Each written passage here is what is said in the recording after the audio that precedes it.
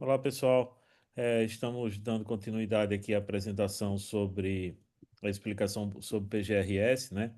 A gente tem uma expectativa que vocês elaborem ou tragam a apresentação de um PGRS de uma organização, né? De uma empresa.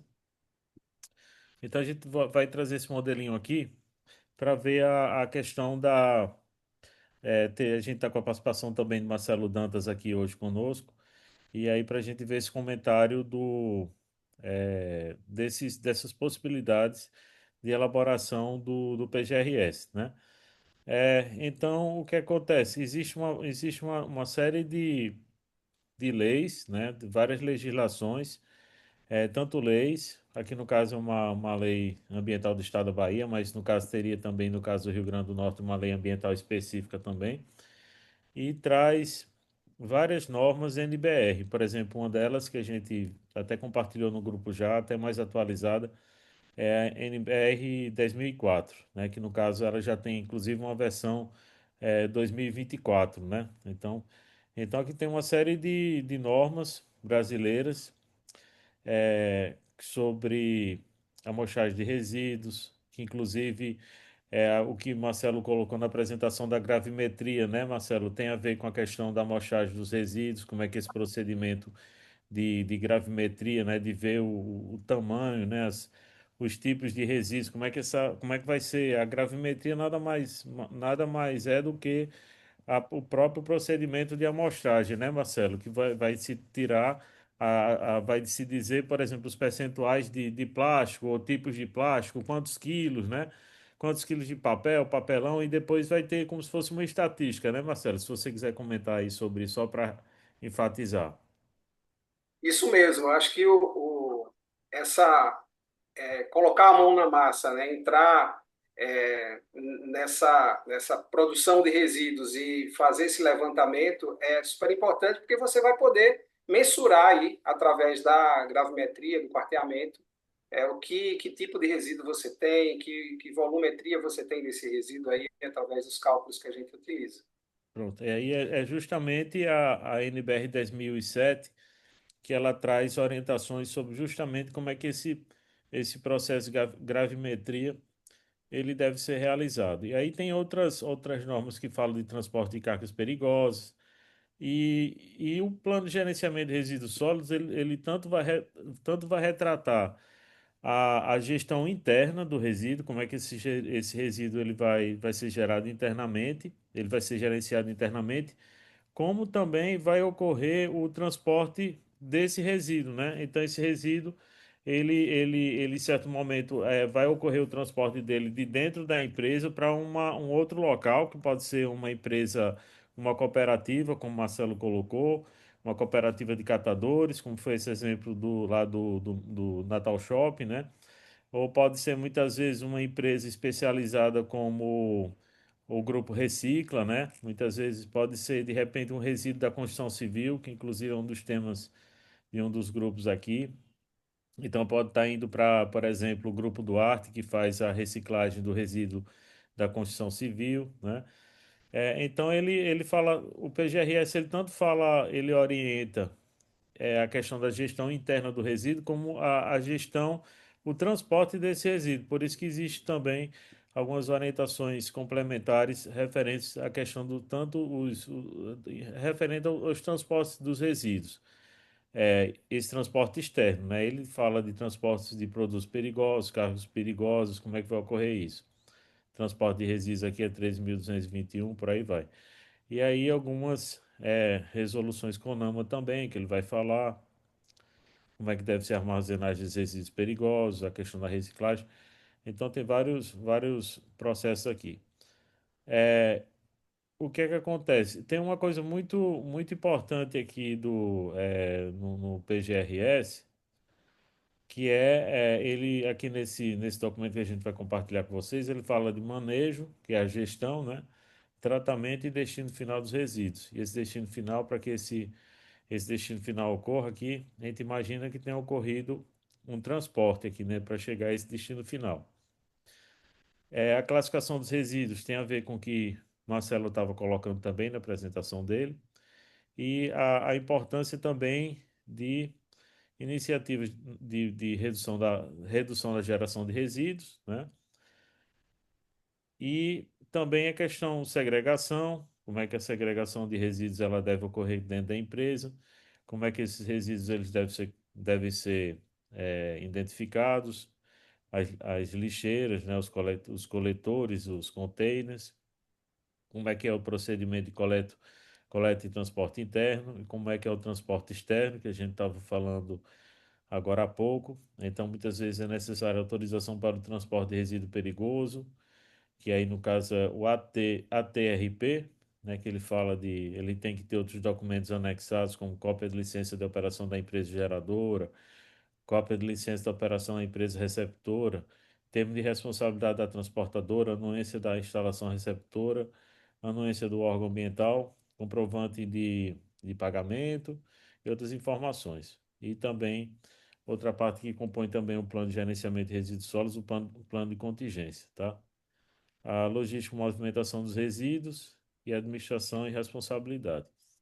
É uma coisa que a gente tem chamado atenção todos os semestres, Marcelo, é a importância de o PGRS que eles apresentam, apresentar três principais tabelas. Uma primeira parte que seria a questão da caracterização do gerador, né? Assim, aqui são algumas informações básicas, quem é o responsável caso ocorra um acidente, né? Algumas informações da empresa, telefone, o e-mail de contato, tudo. Uma segunda parte aqui que seria, ela vai ser preenchida na tabela 2 aqui, que ela fala é uma tabela, e nessa tabela as colunas seria resíduo, classe, unidade de equipamento gerador, como é que ele está acondicionado internamente, qual o tratamento adotado e a frequência de geração. Então aqui a gente vai estar vendo aqui mais abaixo aqui, essa tabela aqui preenchida com esses dados. E a terceira tabela, ela vai fazer do plano de movimentação de resíduos, que é justamente como é que esses resíduos eles vão sair da empresa, né? O tipo de resíduo, a data de entrada, a quantidade, o local de estocagem, data prevista, a quantidade de transporte a ser utilizado. E depois ele faz aqui também a empresa ela apresentar o plano de gerenciamento, falar de programa de redução. Queria dar só uma contribuição, Sim, professor. sim, pode falar. Uma coisa que a gente considera muito importante nas orientações do documento é que, por exemplo, as empresas que vão fazer a coleta desse resíduo sejam empresas licenciadas, né, que tenham cadastro no CINI. O CINI é um órgão criado pelo Ministério do Meio Ambiente na realidade, o CINI é uma plataforma Aham. criada pelo Ministério do Meio Ambiente para que você possa fazer a gestão dos resíduos, para que ela possa concentrar essa gestão dos resíduos. Então, a empresa que vai coletar o resíduo, dentro de todas as normas e devidamente licenciada, ela vai estar apta para fazer o transporte, ela vai emitir um documento chamado MTR, que é o Manifesto de Transporte de Resíduos, e também se a empresa que vai transportar for a mesma que vai dar a destinação final, emitir o CDF, que é o Certificado de Destinação Final. Se não, ela vai emitir o MTR e vai levar para uma outra empresa que vai dar essa destinação final, que tem também emitir esse documento. Então, é importante observar isso, porque muitas vezes a gente tem um critério muito mais rigoroso em todo esse processo nosso interno, mas essa destinação final é fundamental. O SINI é o Sistema Nacional de Informações sobre a Gestão de Resíduos Sólidos, né? Então, eu acredito que é Isso, uma base de dados que tem informação de todos esses resíduos que estão sendo transportados por organizações de todo o Brasil, né? E tipo um sistema unificado, né, Marcelo? isso mesmo. Exatamente. E que estaria dentro, essa parte aqui, como esse documento aqui ele não está tão atualizado, então isso aqui, essa parte aqui do plano de movimentação de resíduos, ela precisa estar associada à questão do CINI, que é o que o Marcelo está colocando aí, muito bem colocado aí por Marcelo, porque hoje já existe isso, essas informações não são informações soltas, né, Marcelo? Assim, o governo federal hoje já tem informação sobre como é que esse resíduo ele está sendo movimentado, né? Isso mesmo. Inclusive foi criado aí, né, o sistema dos créditos de reciclagem. né, os créditos de reciclagem, eles servem, foi uma ideia, uma ferramenta criada pelo governo federal, pelo Ministério do Meio Ambiente, justamente para que essa destinação correta, né, atendendo à política de logística reversa, né, ela pudesse ser compensada por grandes geradores. Então, hoje, a gente tem aí tabelas, né? Eu sou uma empresa, uma indústria que produz resíduos, então eu tenho uma obrigatoriedade por lei de fazer a logística reversa de, no mínimo, 30% do que eu produzo. Vou dar um exemplo da indústria de água mineral, né? Então, ela tem uma produção ali de garrafinhas de 500 ml de água mineral e ela se compromete aí, ela tem uma obrigação legal de pelo menos, no mínimo, 30%. Ela pode compensar 30%, 70% ou 100% ou mais. Depende da política da própria empresa. E aí, esses créditos de reciclagem são comercializados com base nas notas fiscais emitidas e lançadas no CINI. Então, Interessante isso. e ela beneficia não só as empresas de reciclagem, né, as empresas que fazem essa recepção e tratamento dos resíduos, mas também beneficia as associações e cooperativas de catadores. Hoje, nós instalamos uma associação em Areis, né, que é a Amareis, e eles hoje recebem, além do que eles comercializam, também a comercialização dos créditos de reciclagem. Algumas empresas, inclusive, utilizam a tecnologia do blockchain, Hum, a mesma da criptomoeda e tal, para garantir a lisura do processo, para garantir realmente que aquela nota fiscal que foi lançada para se creditar, né, com esses volumes aí de resíduos, elas tenham realmente esse crédito. E elas variam também de acordo com o tipo de resíduo. Né? Eu tenho hoje um crédito de reciclagem por tonelada para plástico e outros tipos de resíduo eletroeletrônico, enfim. bacana isso.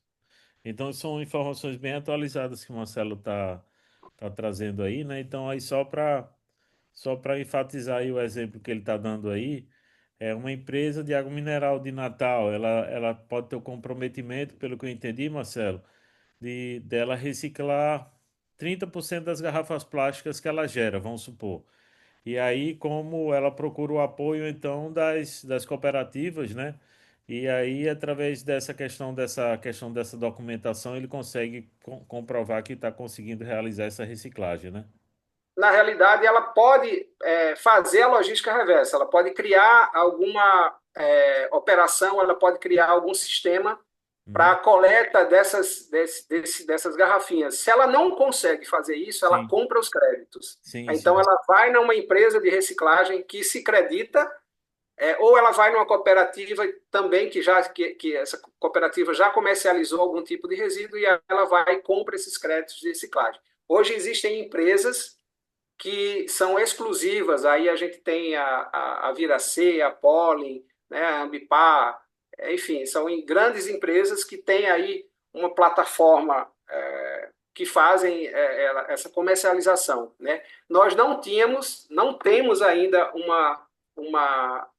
isso não está regularizado ainda aqui no nosso estado, nós não temos uma política específica, né, para comercialização de resíduos, porém, o presidente Patrício, do Sindicato de Reciclagem, até ouvindo Patrício, ele contratou uma empresa, fez um levantamento, criaram aí uma minuta de projeto de lei que está tramitando hoje lá na Assembleia, e isso está, creio que vai entrar para votação e a ideia é que a SEMAR, né, Secretaria de Meio Ambiente e Recursos Hídricos, ela possa tocar toda essa parte operacional aí da comercialização dos créditos de reciclagem. Isso vai ser bacana porque esse recurso, né, que muitas vezes é comercializado, né, a gente tem resíduos que são comercializados aqui, mas que o recurso ele não fica aqui no estado, ele vai para outros estados aí. Tudo bem. E aí, no caso, isso talvez seja regulamentado até o final do ano, né? Sim, com certeza. Uhum. É muito bacana isso aí, viu? Então é bem interessante esses comentários de Marcelo aí para estar atualizando isso. No documento do plano de gerenciamento de resíduos sólidos, A empresa ela pode trazer comentários sobre como é que é o programa de redução na fonte geradora. Ela pode falar das metas, como esse exemplo de 30% de reciclagem, né, do resíduo. No caso das empresas de água mineral, né, ele poderia falar da questão das garrafas plásticas. No documento ele pode falar do acondicionamento, como é que é o acondicionamento por exemplo, nos hospitais, ele vai falar que existem recipientes para a coleta dos resíduos, os resíduos de saúde, os resíduos orgânicos, né? Por aí vai. E como é que é a coleta e transporte interno? Muitas vezes no documento pode tirar foto, muitas vezes aqueles containers que usa para fazer o transporte interno dentro da empresa, algum carrinho que é utilizado para realizar esse transporte. Então, muitas vezes nesses PGRS colocam essas fotos.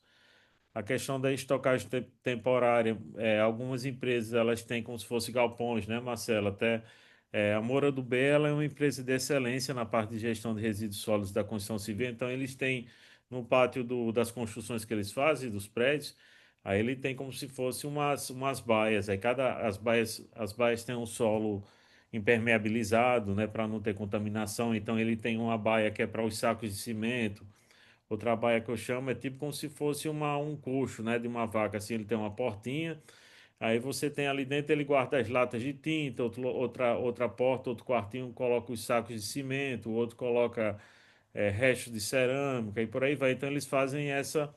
Então as empresas também na representação dessa estocagem temporária, ele pode mostrar essas fotos, essas imagens desses locais que estão reservados para fazer esse armazenamento interno temporário, né? Bacana, bacana, porque tem realmente essa preocupação aí com uma drenagem e contenção, muitas vezes, desses líquidos aí percolados, e Exatamente. É. isso é super importante. Nós estamos agora concluindo, professor, Uhum, fomos contratados pelo Procomp Nacional, Sebrae Nacional, para implantar o selo verde, né, de reciclagem aqui uhum, em 14 empresas aqui no sim. estado. Já estamos na fase final já de conclusão do processo de auditoria. E aplicamos realmente aí um checklist dentro dos critérios que a gente definiu juntamente com eles lá, mas muitos já tinham, né, suas áreas de armazenamento, né, de estocagem, algumas bem organizadas, com área de contenção e de armazenamento desse líquido aí, percolado, enfim. E, isso. E aí, no caso, no PGRS, se ele faz isso de maneira bem organizada, ele vai querer colocar foto, né? Imagens para mostrar para que, caso tenha uma fiscalização que peça o PGRS, né, da empresa, ele vai mostrar o PGRS, inclusive com as imagens, vai dizer, então, o fiscal, o órgão de fiscalização vai olhar lá e vai ver as fotos, né? Quiser olhar em loco, olha em loco também, mas então ele geralmente, quando ele mostra é, essas áreas de estocagem temporária, ele tem prazer de colocar as imagens, caso esteja sendo feito de maneira adequada, né? Então, geralmente tem. Se a gente pegar um PGRS de uma instituição, de uma organização da área de saúde, ele quer mostrar que os resíduos do hospital, da clínica, realmente estão armazenados de maneira adequada. Então, nessa parte da estocagem temporária, geralmente, na elaboração do plano, geralmente tem imagens. É, em alguns casos, vai ser possível existir um pré-tratamento. Muitas vezes, esse pré-tratamento pode estar relacionado à compactação, né? Às vezes, você tem latinhas de latas, copos plásticos, né? Alguma coisa assim. De repente, esse pré-tratamento pode estar envolvido, relacionado à compactação desses resíduos aí.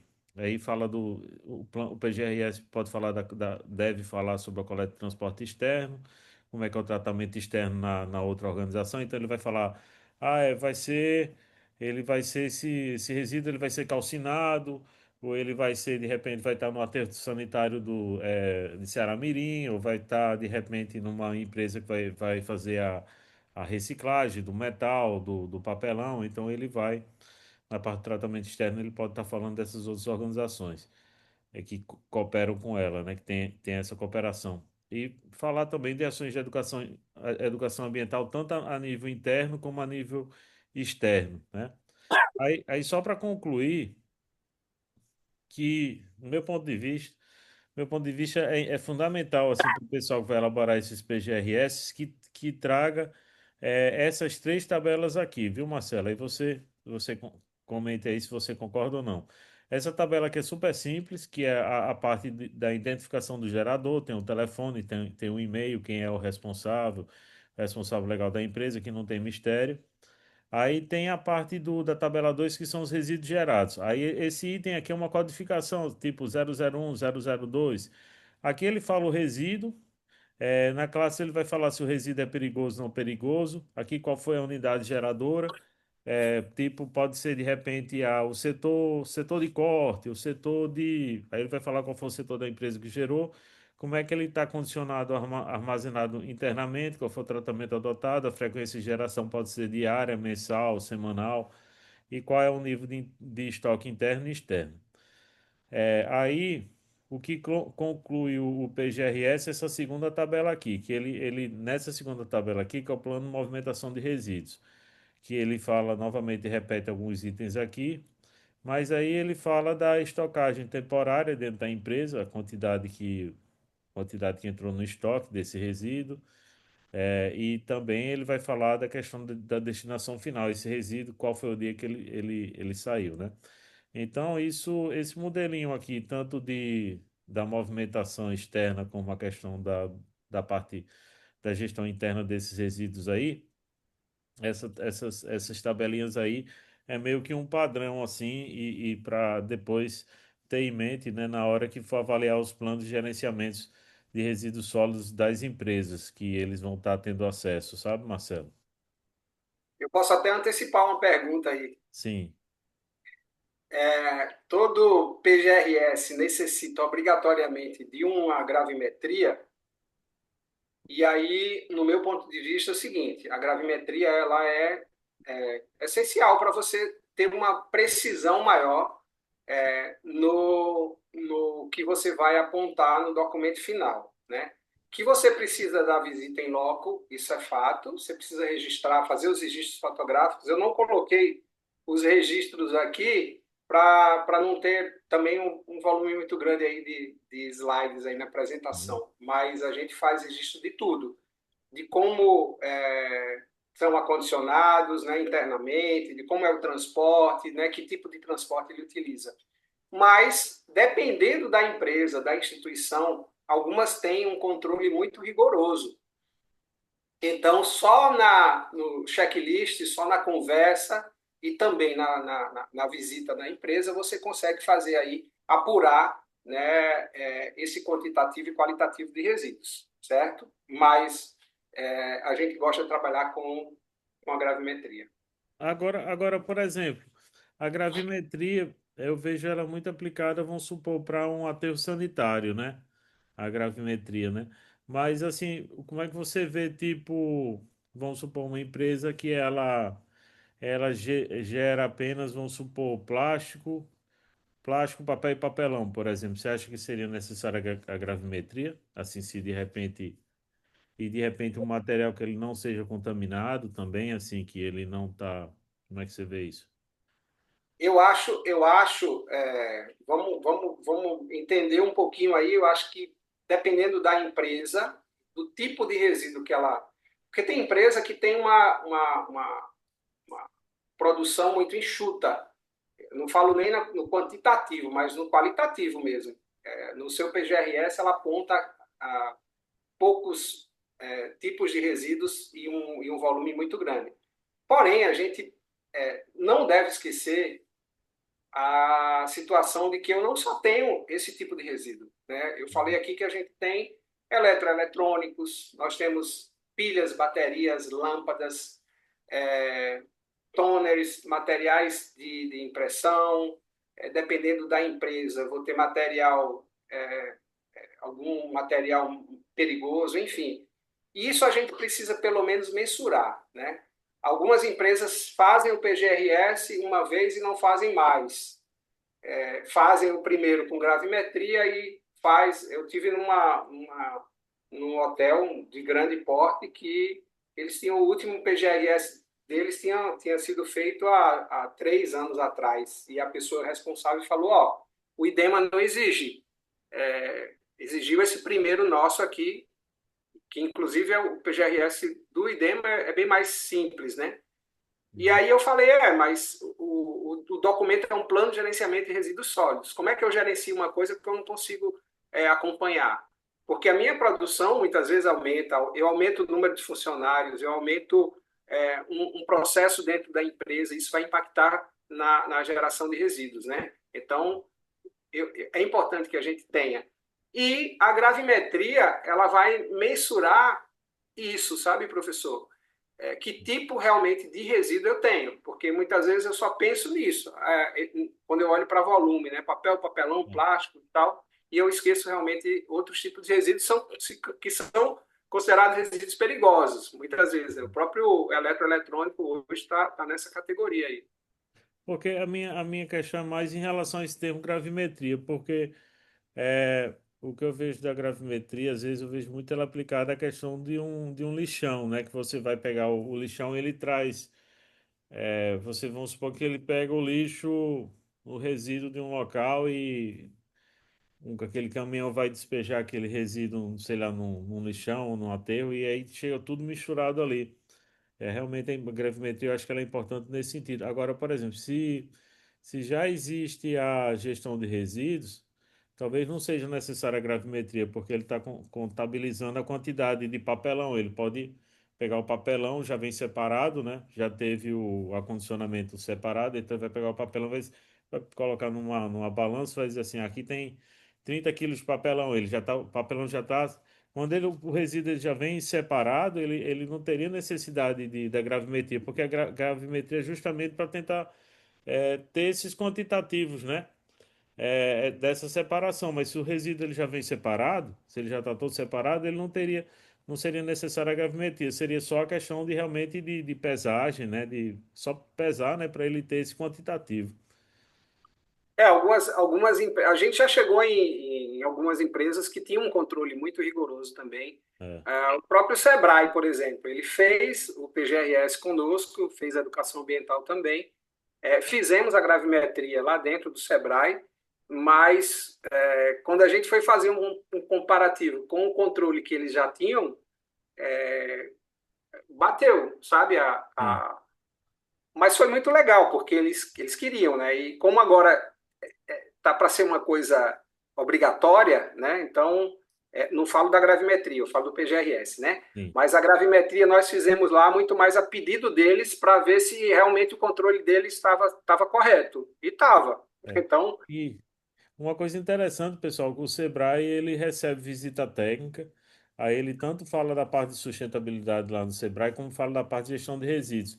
Aí hoje no Sebrae ele já tem os locais para receber esses resíduos separados, né, dessa questão da estocagem interna, né, Marcelo? tem. Hoje em dia ele já tem os locais para a destinação correta de todos esses resíduos aí, né? Hoje é só procurar a Rejane lá É, que ela faz aí um tour sustentável com vocês. exatamente. E tanto como também o Natal Shopping também, mesma coisa também, né? O Natal Shopping, agendando a visita, vocês vão conhecer de perto lá como é que é o processo de educação ambiental, como é que é o processo de triagem, como é que funciona. Lá atrás, né, na parte Na garagem, né? da garagem, né, onde é carga e descarga, eles têm uma compactadora lá, um container compactador para o rejeito, né? E Aham. aí seria legal, eu acho bacana agendar até uma visita também, o pessoal conhecer lá, eles fazem a prensagem, pesagem, todo o material, tem um relacionamento direto com as empresas associadas ao sindicato, então toda a comercialização A ela é gente, gerenciada. a gente tem interesse, Marcelo, de ir lá, porque essa disciplina de gestão de resíduos, quando é à noite, a gente não tem como, porque não tem mais gente lá da equipe lá do Natal Shopping para receber na parte da noite.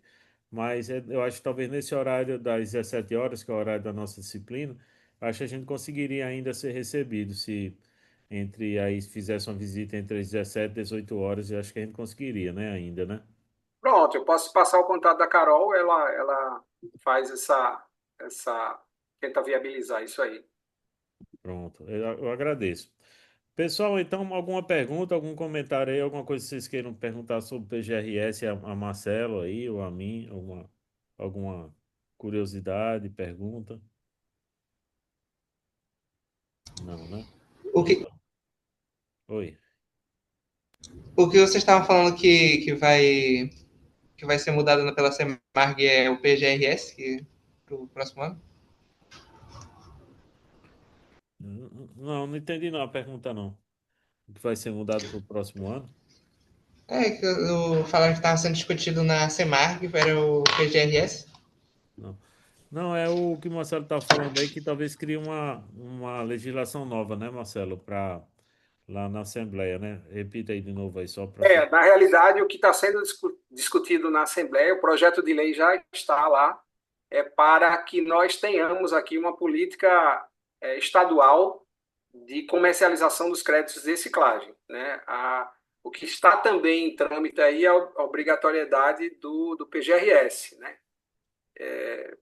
Pelo que eu ouvi, né, de comentários aí, que seria em agosto, mas não foi até agora, então a gente está aguardando aí. Mas em relação à SEMAR, a SEMAR ela vai fazer a gestão, caso a lei já seja aprovada, e siga aí, a SEMAR vai fazer toda a gestão desses créditos de reciclagem, através de um sistema. Isso.